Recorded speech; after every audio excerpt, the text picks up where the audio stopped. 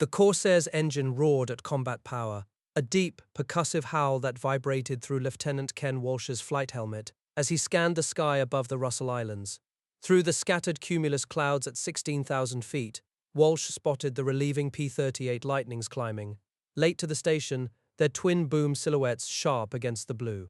Then the radio erupted with frantic chatter as Zeros materialized from above and behind, swarming the Lightnings and turning the sky into a twisting gyre of stubby wings and long-nosed fighters.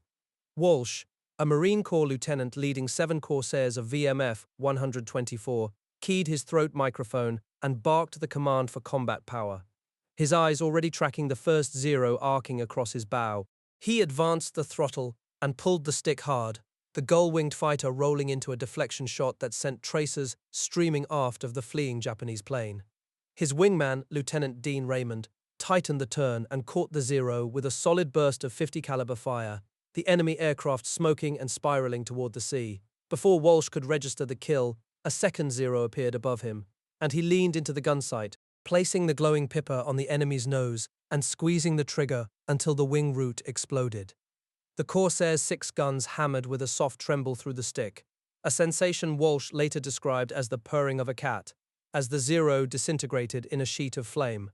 Moments later, a slow, cumbersome Val bomber crossed his path, and Walsh closed from overhead, running the long nose of the F4U in tight and tearing the bomber apart, with a short, lethal burst that sent it spinning into the ocean. Then a heavy thump struck the armor plate behind his head. The canopy ripped away in the slipstream, and the sudden withering blast of cold air jerked his oxygen mask sideways.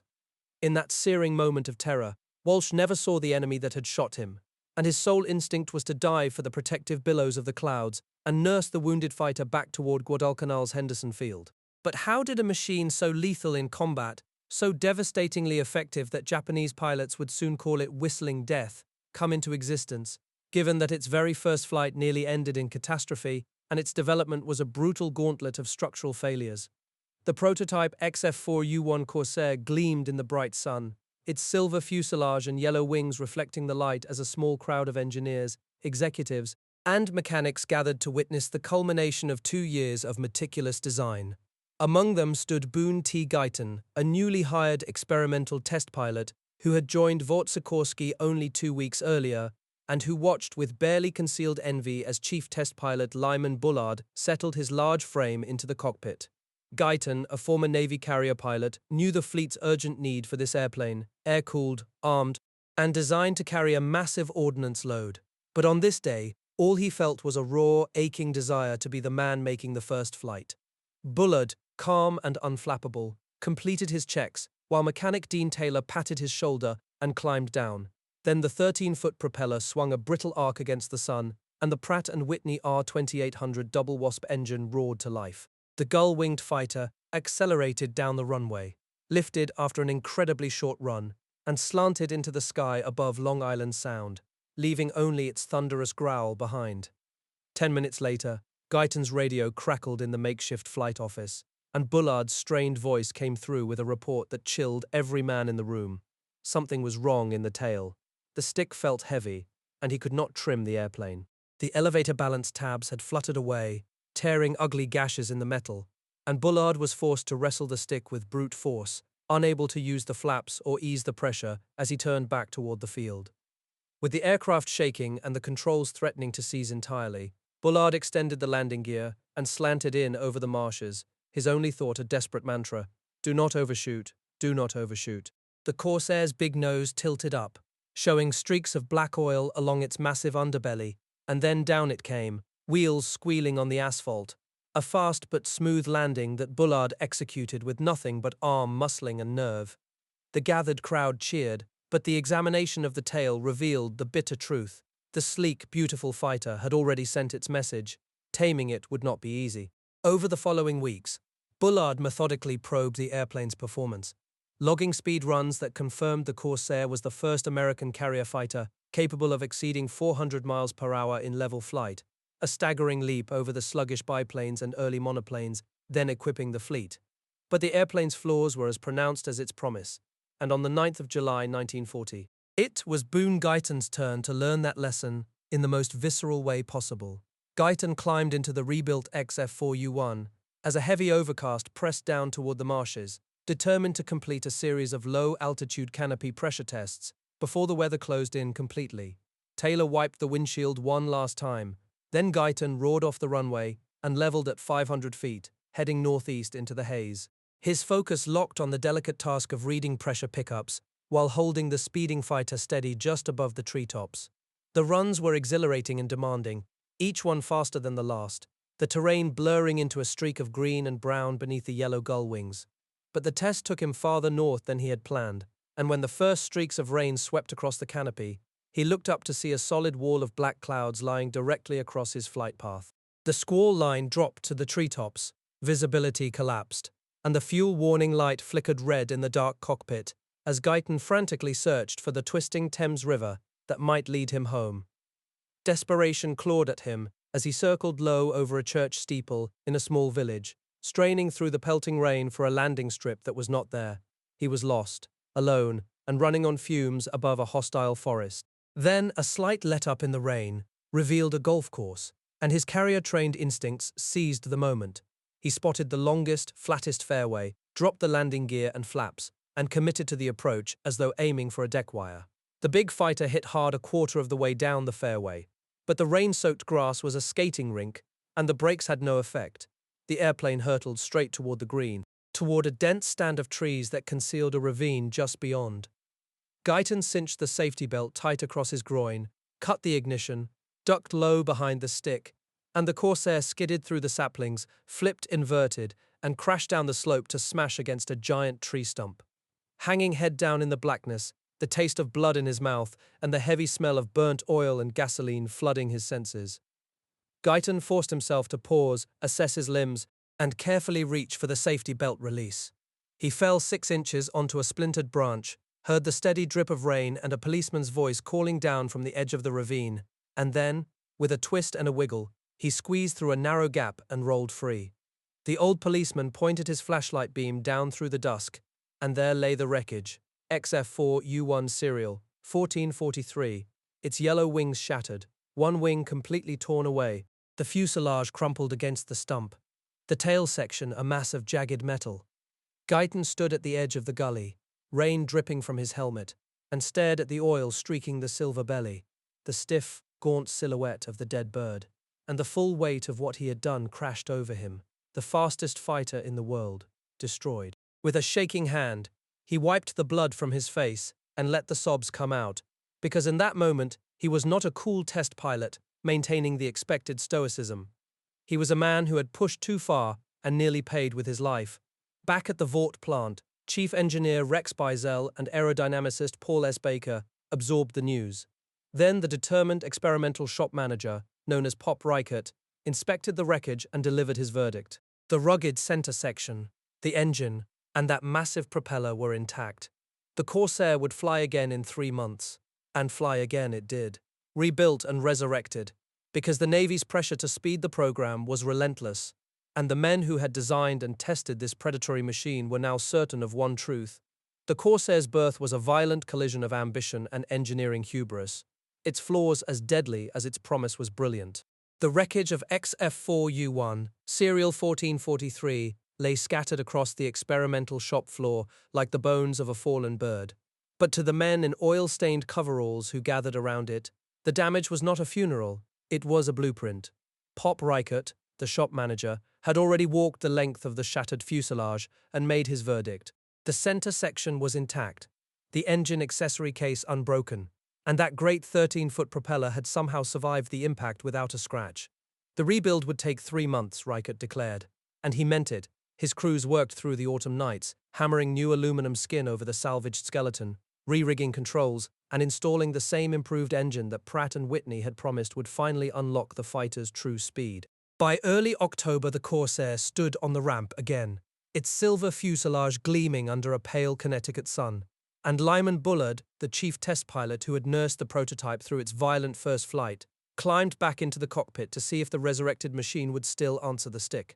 He ran the engine up to full military power, felt the familiar shudder through the rudder pedals, and lifted off into a clear sky, and this time, nothing failed him.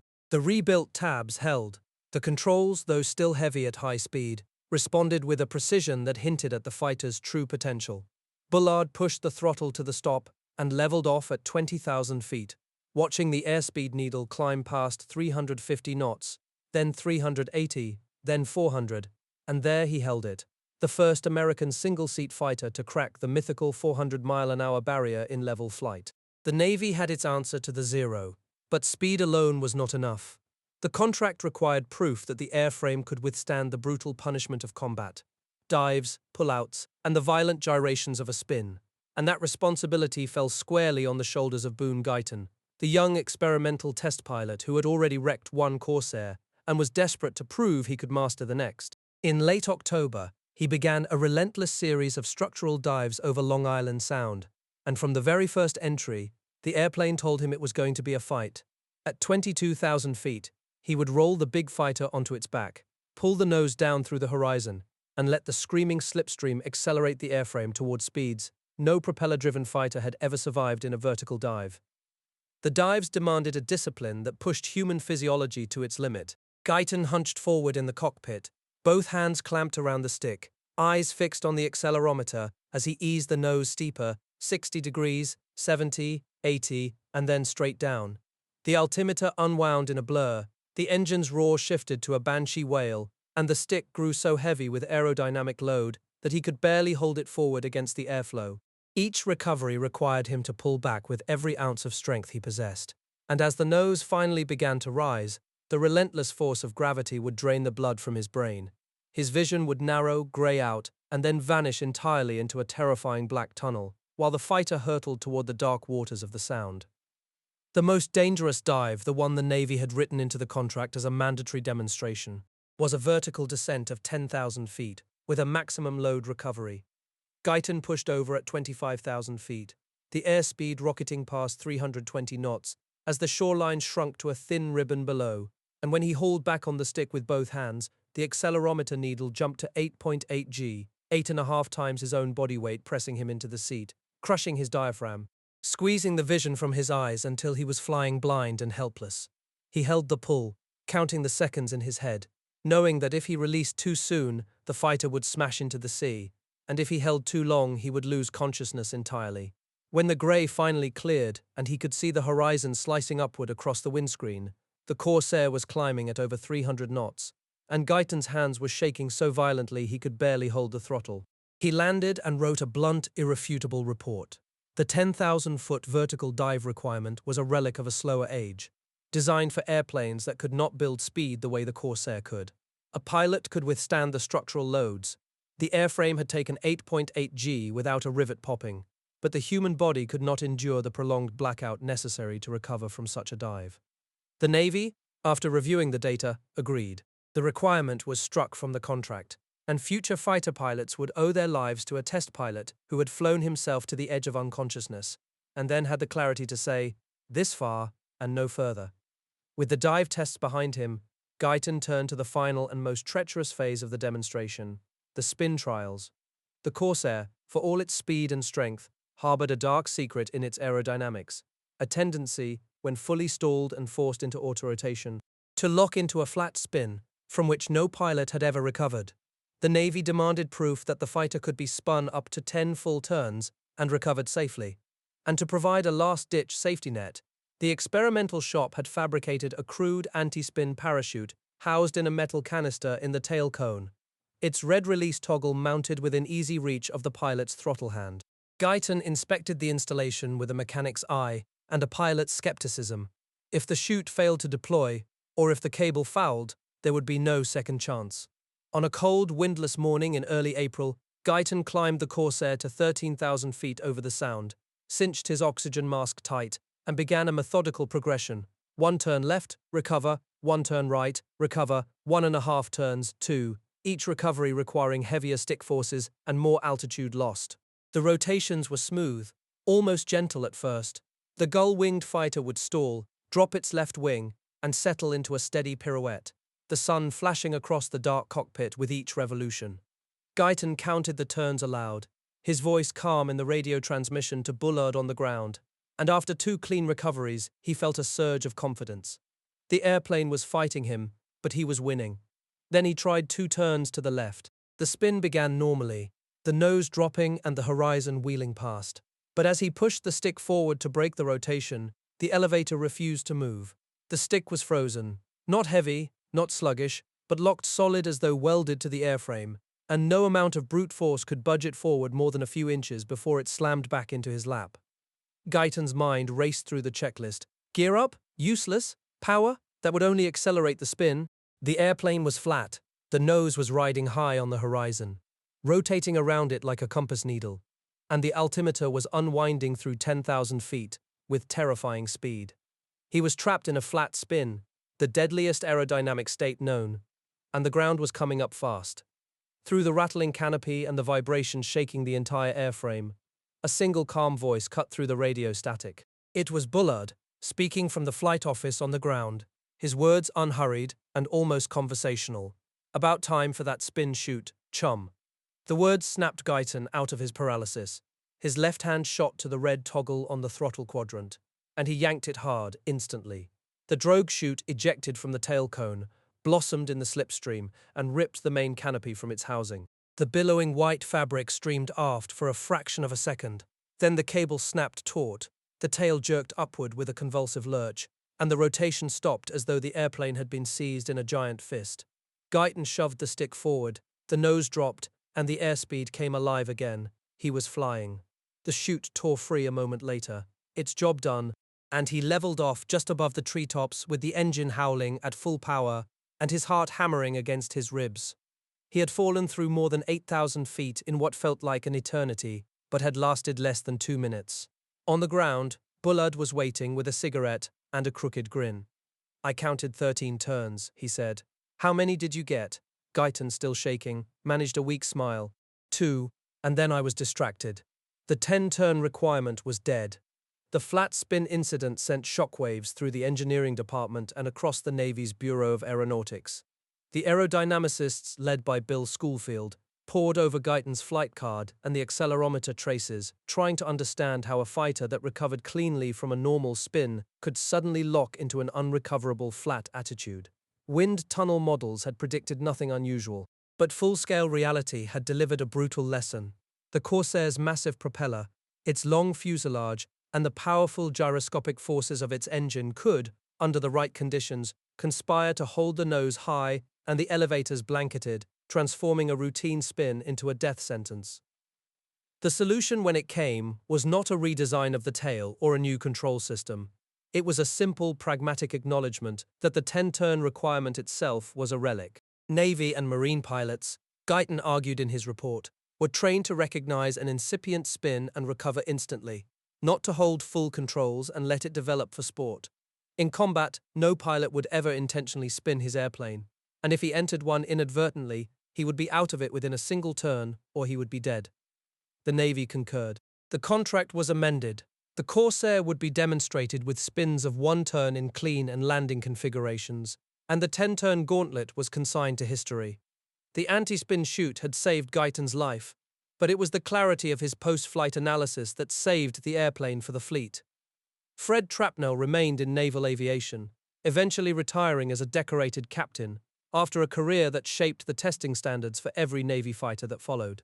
After the war, Bill Millington, who had commanded VMF 124 through its second combat tour and led the first Marine carrier deployment on USS Essex, remained in the Corps through the post-war drawdown.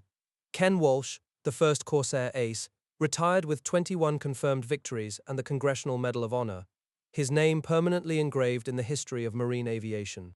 Dick Burrows, whose compressibility dives had mapped the Corsair's aerodynamic frontier, was killed in 1946 while attempting an emergency landing in an F4U prototype. Tom Blackburn, whose VF-17 Jolly Rogers had helped solve the Corsair's carrier problems, eventually commanded an air group aboard the carrier Midway. The demonstration was brutal and exacting.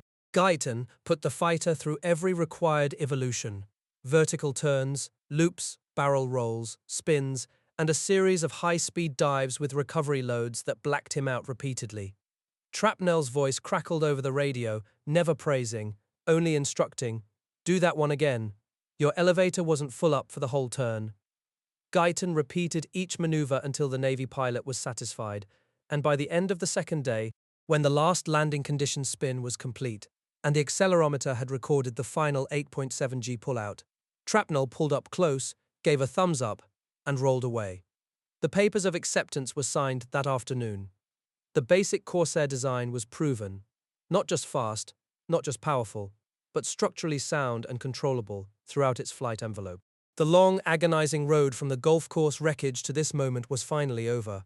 Guyton rode the half-empty Navy bus back to Washington, his body aching and his parachute slump heavier than ever, and savored a quiet sense of completion that was immediately undercut by a new and sharper anxiety.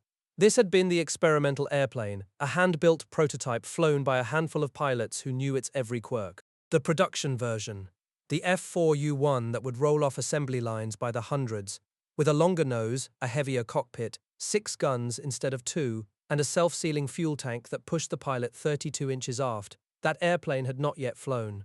And when it did, every one of these brutal tests would have to be repeated. The war was coming, and the clock was already ticking.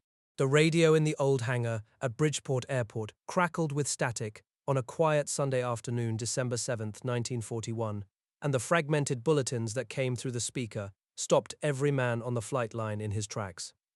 Experimental test pilot Boone Guyton had just completed another round of aileron tests on the rebuilt F4U, rolling the fighter across the sky until nausea forced him down. When the first reports of Japanese aircraft attacking Pearl Harbor froze him beside the counter, in 2 hours of relentless bombing, the Pacific Fleet anchorage had become a burning graveyard of battleships and sailors, and Guyton, a Naval Reserve lieutenant, felt an overwhelming urge to rejoin the fleet and strike back. But a terse phone call to Washington brought a blunt directive from a former shipmate. His place was at Vought, pushing the Corsair toward combat, and if the Navy wanted him elsewhere, the orders would come in their own time.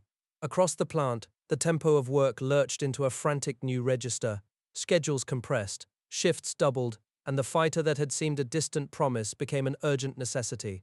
The months following Pearl Harbor dissolved into a blur of dawn-to-dark flight testing and the relentless expansion of a factory now running 3 shifts. Guyton flew whatever was ready. Production Kingfishers rolling off the line, a torpedo bomber prototype that Bullard needed help evaluating, and always the experimental Corsair when its latest modifications were complete. New pilots arrived in a steady trickle, former airline captains, crop dusters, a few hungry young engineers who had scraped together hours in Piper Cubs, and Guyton checked each of them out in the lighter aircraft before graduating them toward the fighter's raw power. By the spring of 1942, the first subassemblies of the production F4U were moving down the new line. Massive stampings for the wing spars, forgings for the landing gear, the long sleek fuselage panels that would enclose a self-sealing fuel tank and 6 heavy machine guns. Project engineer Russ Clark, a compact bundle of energy with a sheaf of modification drawings always under his arm, coordinated the frantic final push toward first flight, his voice growing hoarser each week as he yelled over rivet guns and whining drill presses. On June 25, 1942, a hazy summer morning with Long Island Sound lying flat and silver under a thin overcast, Guyton strapped into the cockpit of production, Corsair number 02153, and felt the enormous 13-foot propeller claw the air as the Pratt & Whitney R2808 engine thundered to life. The production fighter was a different animal from the experimental prototype. The fuselage stretched 32 inches to accommodate the protected fuel tank. The pilot's seat moved aft of the wing's trailing edge, the canopy heavier and tighter around his shoulders, and the acceleration that pinned him against the armor plate as the fighter slanted skyward was fiercer than anything he had experienced before. For 45 minutes he explored the airplane's responses, rolling and diving with a shameless gusto, the sense of power enormous, the fighter smooth and solid in the air, the ailerons light and instantaneous under his hand. Then he landed, and the flight card he handed to Chief Test Pilot Lyman Bullard was covered with terse, troubling notations. Oil had sprayed from under the engine cowling and filmed the windshield until he was straining to see past the long nose by leaning out the side of the cockpit, and the left wing dropped viciously at the stall, and the brakes grabbed and released with an unpredictable stickiness that made the landing roll a wrestling match. Bullard read through the discrepancies, a cigarette dangling from his lips, and the look that passed between the two men required no translation.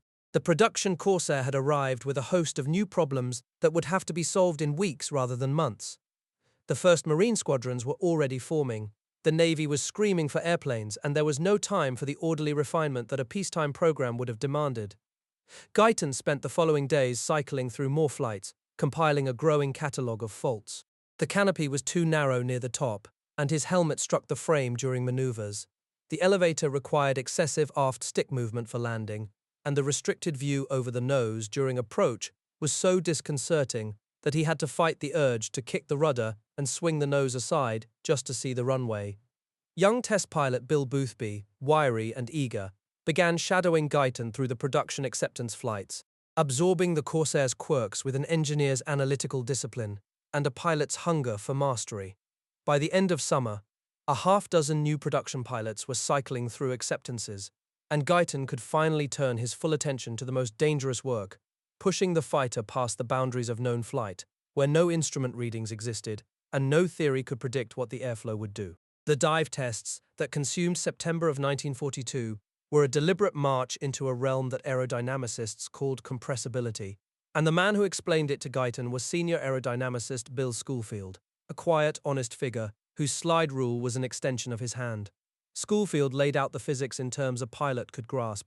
As the Corsair approached 400 miles per hour, the local velocity of air rushing over the wings and tail surfaces could reach the speed of sound even though the airplane itself was still subsonic, and when that happened, shock waves would form, the smooth streamlines would rupture, and the control surfaces might shake themselves to destruction or lock into immobility. No wind tunnel in the world could replicate these conditions for a full-scale fighter, and no American pilot had yet explored this regime and returned with usable data. Guyton absorbed the warning, studied the charts of Mach number versus altitude, and took F4U number 02155 to 28,000 feet on a morning of pristine visibility, the dark water of the Sound stretching to the horizon like a sheet of hammered metal. The dive began with a familiar routine. Throttle against the stop, the propeller accelerating into a silver disc, the escalating howl of the slipstream outside the canopy. The airspeed needle wound past 320 knots, 340, and suddenly the stick was trembling in his hands, a tremor that escalated into a violent shudder, the entire airframe shaking as though it would tear itself apart, the elevators stiffening until he could barely move the stick. Guyton held on, arms braced, remembering Schoolfield's quiet admonition. The denser air of lower altitude should allow recovery, if he could just maintain a steady pressure on the controls until then. The seconds stretched into an eternity of roaring wind and blurred instruments, the fighter hurtling toward the sea at a speed no human being had ever survived before, and he felt the wetness inside his oxygen mask gather around his mouth as fear gnawed at the edges of his concentration. Then, at roughly 14,000 feet, the buffeting slackened as abruptly as it had begun. The stick came alive in his hands, and he pulled back with all his strength, the tremendous G-loads crushing him into the seat as the nose rose toward the horizon.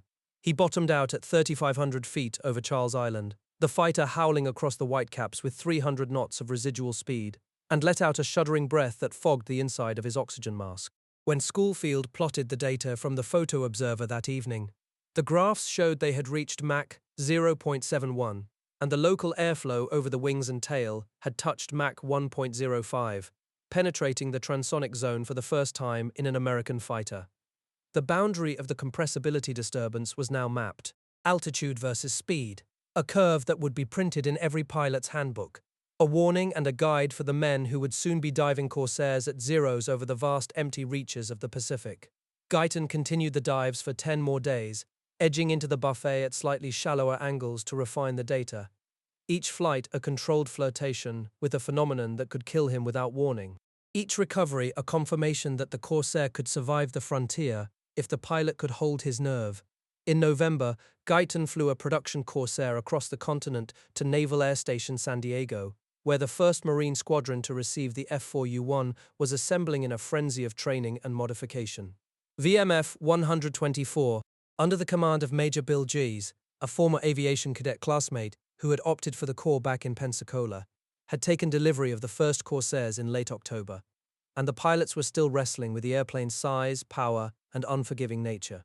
Guyton stood in a smoke-filled ready room at Camp Kearney, facing rows of young, attentive faces, and laid it all out without varnish. The left wing sag at the stall, the tendency to bounce on landing, the brakes that grabbed unpredictably, the long nose that vanished the runway during approach. His lectures ran an hour each morning, and again each afternoon, interrupted by 100 questions from pilots who had never flown anything faster than an F4F Wildcat. And Jesus orderly pulled the plug on schedule, because nothing could alter the flight training regimen. Between sessions, Guyton stood at the edge of the runway and watched the novices wrestle the big fighters through their landing approaches, his hands twitching toward an imaginary stick every time a Corsair wobbled on short final. One afternoon he witnessed a short pilot, a replacement fresh from training, with only a handful of hours in the F4U, bounce hard on touchdown, overcorrect with the brakes, and flip the fighter onto its back in a shower of sparks and grinding metal. Guyton sprinted toward the wreckage, but the pilot was already being pulled from the inverted cockpit, shaken and dusty, yet miraculously unharmed, saved by the armor plate behind his seat. An hour later, at Jesus' quiet insistence, that same pilot climbed into another Corsair and made a textbook landing, his hands steady despite the terror that must have been screaming in his mind. The machine demanded respect, Guyton realized, but the men who would take it to war were as tough as its airframe, and they would not be broken by its temper. Back in Connecticut, as the first winter storm swept across Long Island Sound, Guyton turned his attention to a secretive new development from Pratt & Whitney, a water injection system that would allow the pilot to push the R2800 engine into a realm the engineers called war emergency power. Power plant specialist Don Jordan, a brilliant young man whose enthusiasm was matched only by his candor, explained the principle. Water injected into the fuel-air mixture would cool the cylinders sufficiently to permit a leaner mixture and higher manifold pressure, unleashing an additional 300 horsepower for 5 critical minutes of combat. The catch, Jordan said with a wry smile, was cylinder number 13, connected to the engine's master rod. It always ran hottest, and if its temperature exceeded the red line, the entire power plant would destroy itself in seconds. Guyton absorbed the warning, studied the gleaming black F4U that had been nicknamed Black Beauty for its polished sheen and heavy instrumentation, and pushed the throttle forward on a cold January morning with a crowd of executives gathered on the snow-covered ramp below. At 22,000 feet, with the sun glinting off the fuselage and the skies swept clean of clouds, Guyton set military power and watched the temperature gauge with a hunter's concentration. The airspeed quivered at 410 miles per hour. The cylinder needle climbed toward the red line, 240, 246, 255, and then, before he could throw the water injection switch, the engine shuddered like a dying animal. Black oil erupted from under the cowling, streaking back along the fuselage in thick, ugly ribbons, and the stick began thrashing in his hands with a violence that jarred his teeth and blurred the instrument panel. Guyton chopped the throttle, grabbed the propeller control, and pointed the nose toward the field, fighting the shaking fighter through a series of desperate calculations. Altitude-glide ratio, the single narrow runway plowed through deep drifts. The engine was no longer producing power, but the windmilling propeller continued to flail, the stick beating against his cupped hands as he nursed the Corsair down through the frozen winter sky. He tried to coax the nose up to a stall, hoping to stop the propeller, but the shuddering only intensified, and through the canopy he caught sight of black smoke curling past the wing just below the cockpit, a sight more terrifying than any other emergency. The radio crackled with the calm voice of tower operator Bernie Anthony. The wreckage crews were standing by. There was no visible fire. Keep the approach steady. Guyton slipped his parachute harness, cinched the safety belt tight, and sighted the runway through the oil-streaked windshield, the same field where he had learned to fly, now a narrow strip of black asphalt hemmed by snowbanks and the cold grey marsh. He could not lower the flaps because the hydraulic pump had stopped with the engine, and the glide was steep and fast, 125 knots across the boundary road, with the breakwater flashing beneath the wings.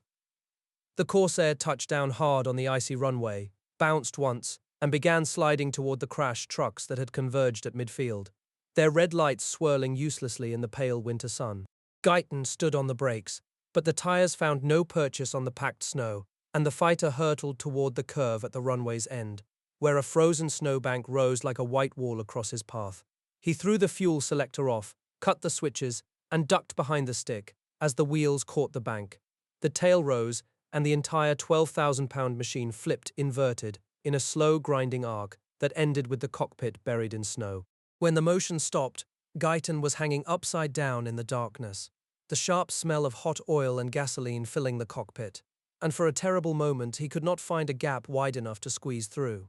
Then his groping hands located a narrow opening between the canopy frame and the packed snow, and he twisted and wriggled free, rolling onto the icy ground with a gasp of relief that tasted of blood and cold air.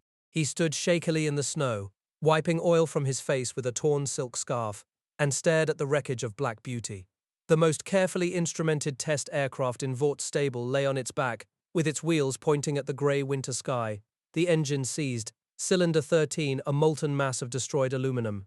But the data recorder had survived, and, inside its canister, was the information that would eventually transform the water injection system from a deadly prototype into a combat asset that would save the lives of countless pilots.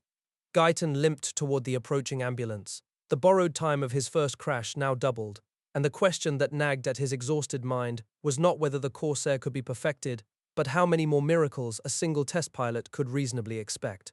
The aftermath moved with the speed of wartime necessity. The experimental shop crew pulled Black Beauty from the snowbank within hours.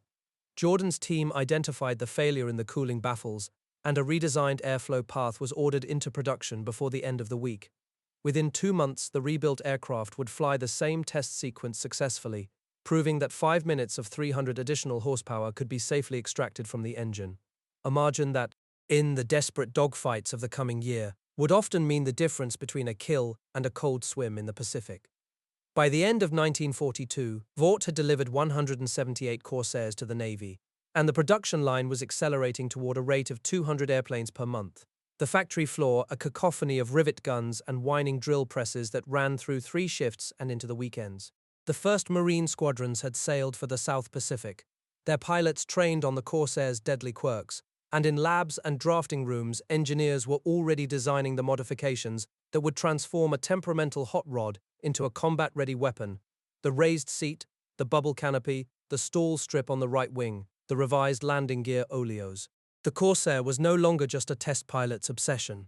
It was becoming an essential instrument of war, and the men who had gambled their lives against the frontiers of speed and power could finally see the shape of the victory their sacrifices would make possible.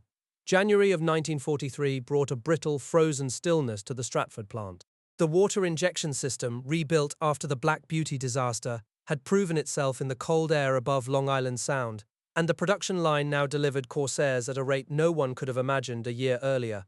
Guyton cycled through acceptance flights in numbing repetition, his flight card notes becoming a litany of small refinements: cowl flap seals, ignition harnesses, the ever-present oil mist that clung to the windshield no matter how many modifications the designers tried. The war in the Pacific demanded fighters, and Vought was answering. But the test pilot who had survived 2 crashes knew better than anyone that the aircraft still carried the seeds of its own destruction inside every cylinder head. On the 6th of January, Paul Baker summoned Guyton to the engineering office with a request that stopped him cold. Charles Lindbergh was coming to the plant, and Baker wanted the experimental test pilot to talk with him. The name still carried the weight of myth: the Lone Eagle, the man who had crossed the Atlantic alone and then stirred national fury with his isolationist speeches. When Lindbergh walked into the room a few hours later, Guyton saw not the controversial figure of the newsreels, but a trim, tall man in his early 40s, with a high forehead and a grin that was disarmingly warm. Lindbergh thrust out his hand and asked a dozen questions about the Corsair's compressibility behavior before Guyton could even finish a formal greeting. They walked together through the experimental shop, ducking under security curtains and leaning close to hear each other over the hammering of rivet guns. Lindbergh inspected the Zimmermann flying wing, sat in the cramped cockpit of the V-173, and demanded to know why the oxygen bottle was positioned to the right and not the left. His questions were pointed, precise, and never casual. By the end of that first meeting, Guyton realized he was speaking with a man who measured every word against fact and who gave no quarter to imprecision. That evening, they shared a quiet dinner in Lindbergh's dingy hotel room, talking about high-altitude physiology and the perils of compressibility. And Guyton felt a strange, unexpected kinship with the aviator he had idolized as a boy. The following day, Lindbergh climbed into the cockpit of a production Corsair for the first time. Guyton stood on the wing and ran through the cockpit, details one more time, his mind flashing back to all the pilots who had struggled with the fighter's long nose and vicious stall. Lindbergh listened politely, then pulled down his goggles and taxied out. 30 minutes later, he brought the Corsair around the landing pattern in a steep, nose-high approach that made Chief Test Pilot Bullard flinch on the runway's edge. The big fighter hung in the air fully stalled, wings level, then touched down with only the gentlest bounce. Lindbergh had absorbed the airplane's quirks in a single flight and made his own judgment about how to land it. He would return to Vought repeatedly over the coming months, his presence quietly reshaping the test program's expectations. Through February and into March, Guyton pushed the Corsair harder. The water injection system now worked reliably, but the cylinder head temperatures still crept toward the red line on every military power run. He plotted his flights to minimize the time at full throttle, nosing the fighter into a shallow dive before leveling off at 24,500 feet, gambling that the rapid acceleration would shave precious seconds off the critical temperature exposure. It was a calculated risk, one that Jordan had reluctantly endorsed, and on the morning of March 15th, the sky over Bridgeport was clear enough to try again. Guyton climbed east of the Yale Bowl and leveled the long nose of F4U number 02157 onto the power run. The instruments in the black-faced panel told a familiar story: manifold pressure steady, oil temperature nominal, cylinder 13 inching past 240 degrees. He held the airplane at military power for 3 minutes, then 4, watching the pyromillivoltmeter needle creep toward 260. At 4.5 minutes, the airspeed had nearly steadied, and he knew he needed only seconds more. The shudder came without warning, a faint quiver in the stick that he felt through his gloves, then a hammering, violent convulsion that shook the entire fuselage as if the engine were trying to tear itself free of its mounts. Oil erupted from under the cowling and streaked across the windshield in an opaque curtain. Guyton chopped the throttle and grabbed the propeller control, but the engine was already grinding itself apart, the master rod flailing inside the crankcase. Smoke seeped into the cockpit, stinging his eyes, and the stick lashed back and forth in his hands like a live thing. He pulled the canopy release and slid the heavy structure back, letting the frigid air blast across his face, then wrestled the nose toward the airport. From the tower, Bernie Anthony's voice cut through the howl with unnerving calm. "I see smoke, Guy, but there's no fire." The crippled fighter fell through 12,000 feet with no power and no hydraulic pressure. Guyton lowered the landing gear with the emergency air bottle, but the flaps refused to budge, and the big propeller windmilled to a halt, locking the engine into silence. He slipped his parachute harness, cinched the safety belt tight, and sighted the runway through the oil-smeared side of the windshield, the same field where he had crashed the experimental prototype 3 years earlier, the same dike that separated the threshold from the marsh. The wind was strong from the southeast, and he felt the airplane sinking faster than he could stretch the glide. The Corsair crossed the boundary road at 125 knots, far too fast and far too low. Guyton flared hard, bleeding speed. But the dike rose up directly ahead, a low earthen wall that he knew he would never clear. In the final second, he pulled the stick all the way back and ducked behind the armor plate, the old instructor's voice flashing through his mind. "Keep it flying, never give up." The wheels smashed into the dike exactly at the crest, and the fuselage broke in half, precisely at the cockpit bulkhead. The seat rails sheared from their mountings, and the entire bucket, with Guyton still strapped in, catapulted upward through the splintering canopy frame and arced onto the runway 30 feet beyond the disintegrating airplane. Metal screamed and clattered, dust and smoke boiled across the blacktop, and when the noise stopped, the only sound was the hiss of hot oil dripping onto cold pavement. The first man to reach the seat was John Hamlet, the mechanic who had once assembled dive bombers with Guyton in France, and he found the test pilot motionless but breathing, a pulse flickering faintly at his wrist. Guyton woke in Bridgeport Hospital 3 hours later, suspended in morphine fog, his pelvis fractured, his back broken in 2 places, his right elbow a puzzle of splintered bone. The doctors called his survival a miracle. The aircraft had split at exactly the right bulkhead. The seat had ejected at exactly the right angle to clear the canopy, and the single remaining seat rail had absorbed the impact against the runway. It was a sequence of coincidences so improbable that engineers would study the wreckage for weeks, trying to understand what had happened. But Guyton, drifting in and out of consciousness, only knew that he was alive and that his borrowed time had been extended once more. A few days later, a tall figure appeared in the doorway of his hospital room. Charles Lindbergh stood there, unsmiling, nodding silently as the nurse explained the extent of the injuries. He did not come in. He simply looked across the room at the man who had been ejected from a disintegrating Corsair and then turned and left. The visit was brief, but the message was clear. The program would go on, and the test pilot who had been at its center since the very first flight would be expected to come back, if his body would let him. From his hospital bed, Guyton tracked the Corsair's progress through the terse technical reports Bullard brought on his weekly visits. The stub-wing wedge that Davenport had improvised aboard the Bunker Hill was now standard on the production line, a 6-inch strip of wood that tamed the left-wing stall. The bouncing oleo struts that had nearly prompted a cancellation letter were being revalved with new metering pins. Guyton read the memos with his one good hand, his right arm still immobilized in plaster, and dictated responses to questions about spin recovery and power settings.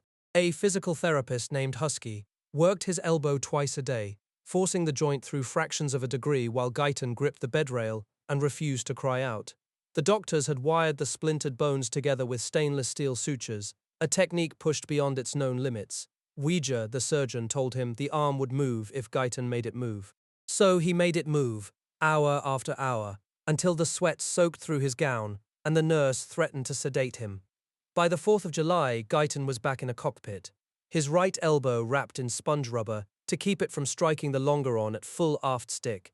He took a fresh production Corsair off runway 29 and climbed east over the Sound, feeling the same thunderous surge of power that had nearly killed him 4 months earlier. The left wing held steady through the stall. The landing gear absorbed the touchdown without a bounce. He came around and landed again, until the tower asked if he was having a problem.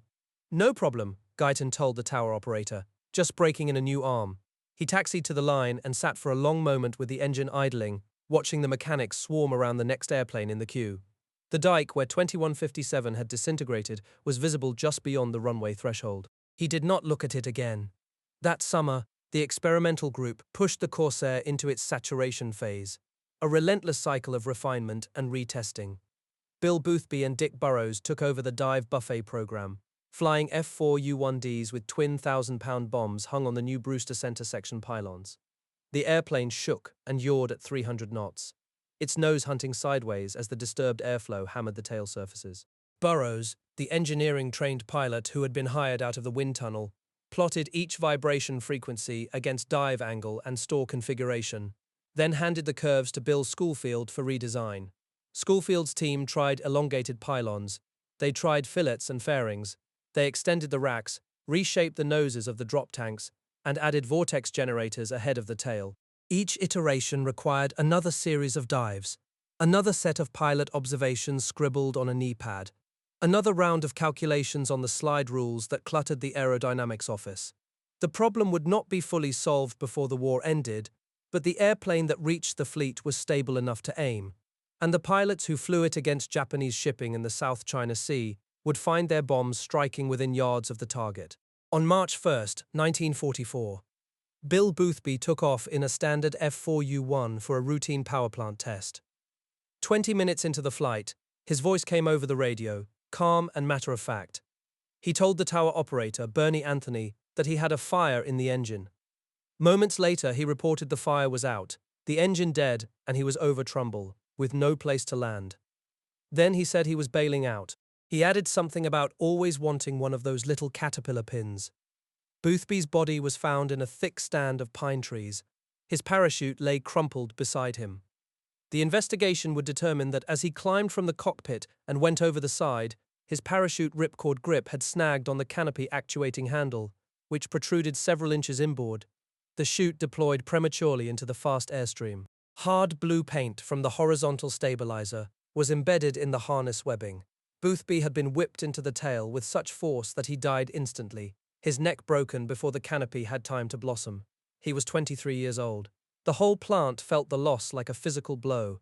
Boothby had been the kid brother everyone wanted to protect, a slight, wiry engineer with a feral grin and an insatiable appetite for flying. Charles Lindbergh, who had been checking out production Corsairs that week, noted in his journal that death gave a background to life, as night to the stars.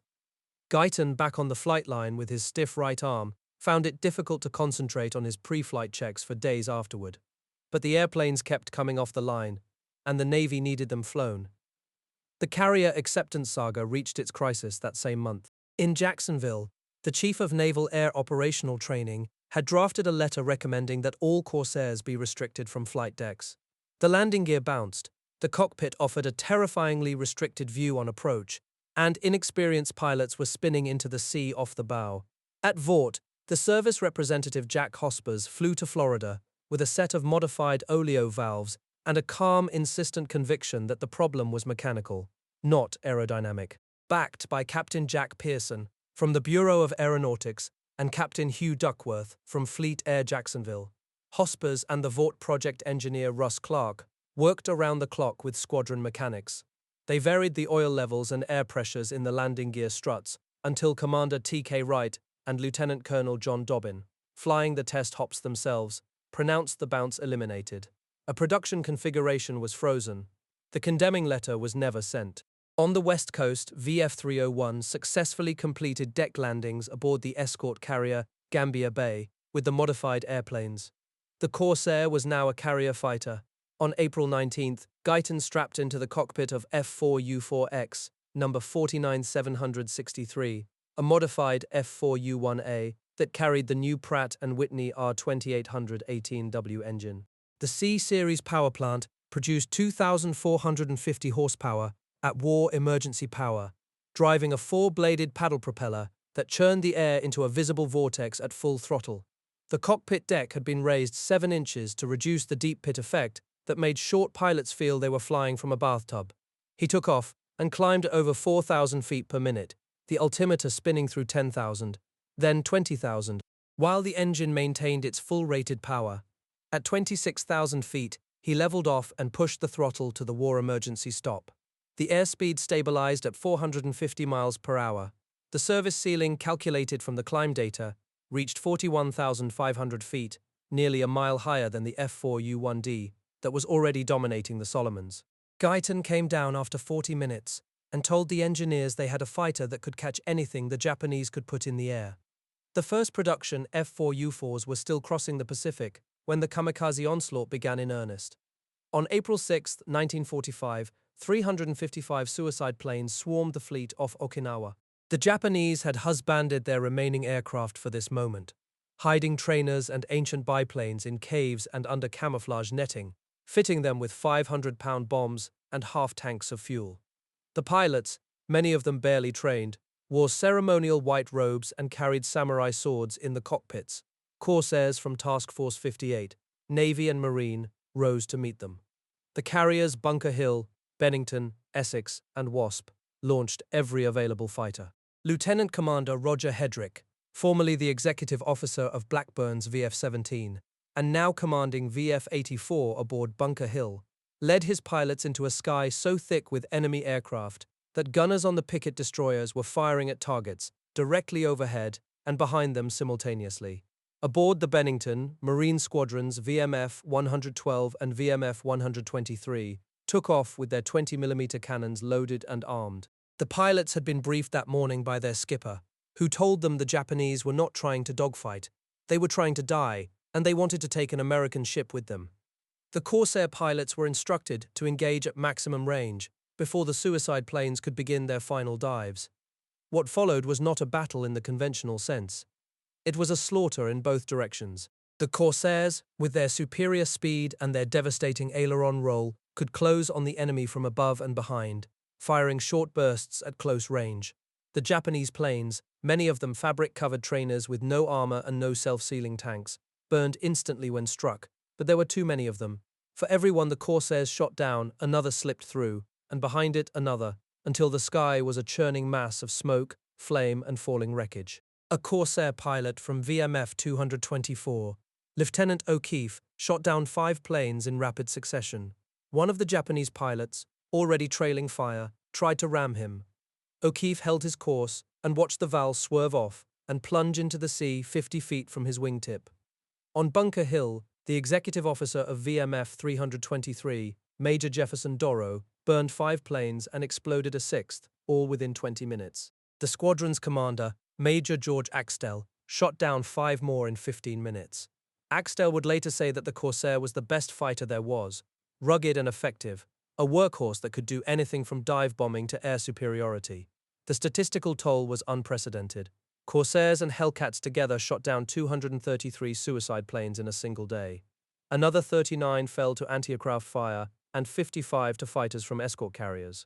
But the numbers concealed the human cost. 3 American ships were sunk and scores more damaged, and the kamikazes had demonstrated that the road to Tokyo would be paved with the bodies of young men on both sides.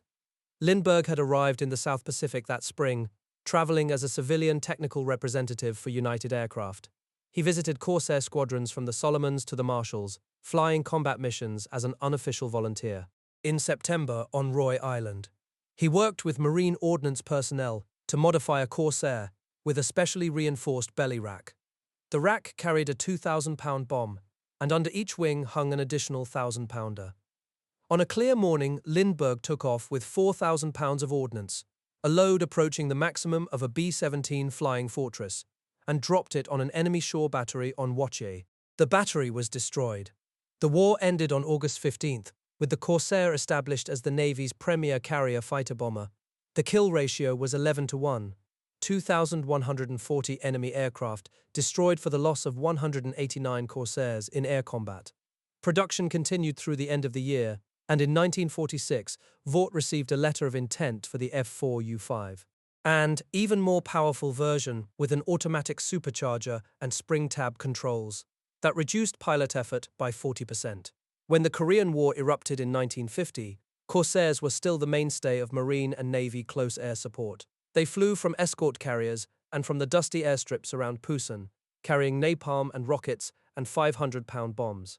On September 10, 1952, Captain Jesse Folmar of VMF 312 and his wingman Lieutenant Willie Daniels were jumped by 4 MiG-15 jets. Folmar turned into them, closing in a climbing turn until he had a Soviet-built fighter in his gun sight.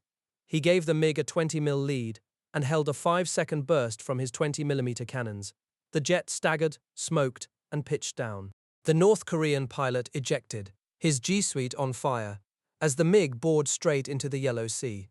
Folmar himself was shot down moments later by another MiG, but he was rescued by an amphibian with nothing worse than an injured arm. A propeller-driven Corsair had killed a jet. The last F4U rolled off the Dallas production line in 1953. Its inverted gull wings folding one final time before the aircraft was towed to the paint shop. In France, Corsairs were still flying combat missions over Indochina against communist insurgents. The Royal New Zealand Air Force kept its Corsairs in service into the 1960s. When Honduras and El Salvador went to war in 1969, both sides flew Corsairs. The final, surreal chapter of a combat career that had spanned 29 years and 5 wars.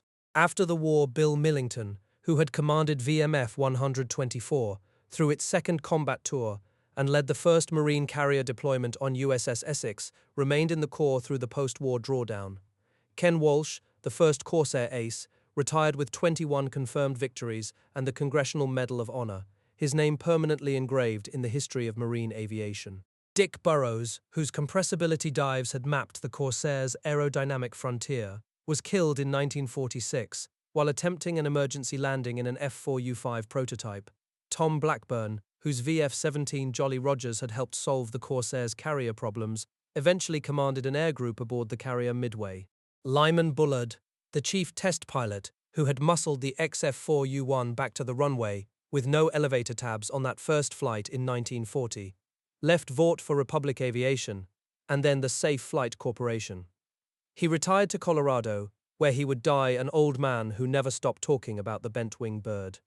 Charles Lindbergh retired to Connecticut, his wartime journals recording the quiet satisfaction of having flown the machine he had once doubted. Boone Guyton left Vought in 1951, his last act as a test pilot, an emergency landing in a dying jet fighter on a deserted runway in New Mexico, an event he survived with the same improbable luck that had carried him through 3 Corsair crashes and 47 years of flying. The Corsair itself outlived them all, By the time the final airframes were retired, more than 12,000 had been built, in versions ranging from the canvas-winged F4U-1 to the all-metal, radar-equipped F4U-5N night fighter. The machine had been rejected for carrier duty, written off as too dangerous to land aboard ship, and then, in the desperate final year of the Pacific War, had become the fleet's indispensable guardian against the suicide attacks that threatened to cripple the Navy.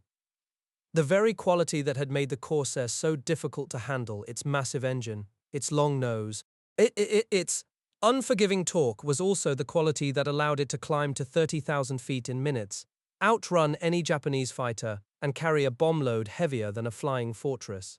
The bent-wing bird was never an easy airplane to fly. It demanded respect from the moment the wheels left the chocks, and it punished carelessness without mercy. But for the pilots who mastered it, the test pilots who risked their lives to find its limits, the Marines who took it to Guadalcanal with its flaws still unresolved, the Navy aviators who finally proved it could operate from a pitching carrier deck, the Corsair was more than a machine. It was the instrument of their survival and the means of their victory. For nearly 3 decades, across 5 wars and a dozen nations, the Corsair's distinctive whistle, that banshee scream of air being swallowed into its intake ducts, meant one thing to those who heard it from the ground. To the enemy, it was whistling death. To the Marines pinned down on a Pacific beach, praying for close air support, it was the sweetheart of Okinawa. And to the men who designed it, tested it, and flew it into combat, it was simply the finest propeller-driven fighter ever built, a machine that transcended its own era and became a legend while its rivals faded into museums and memories.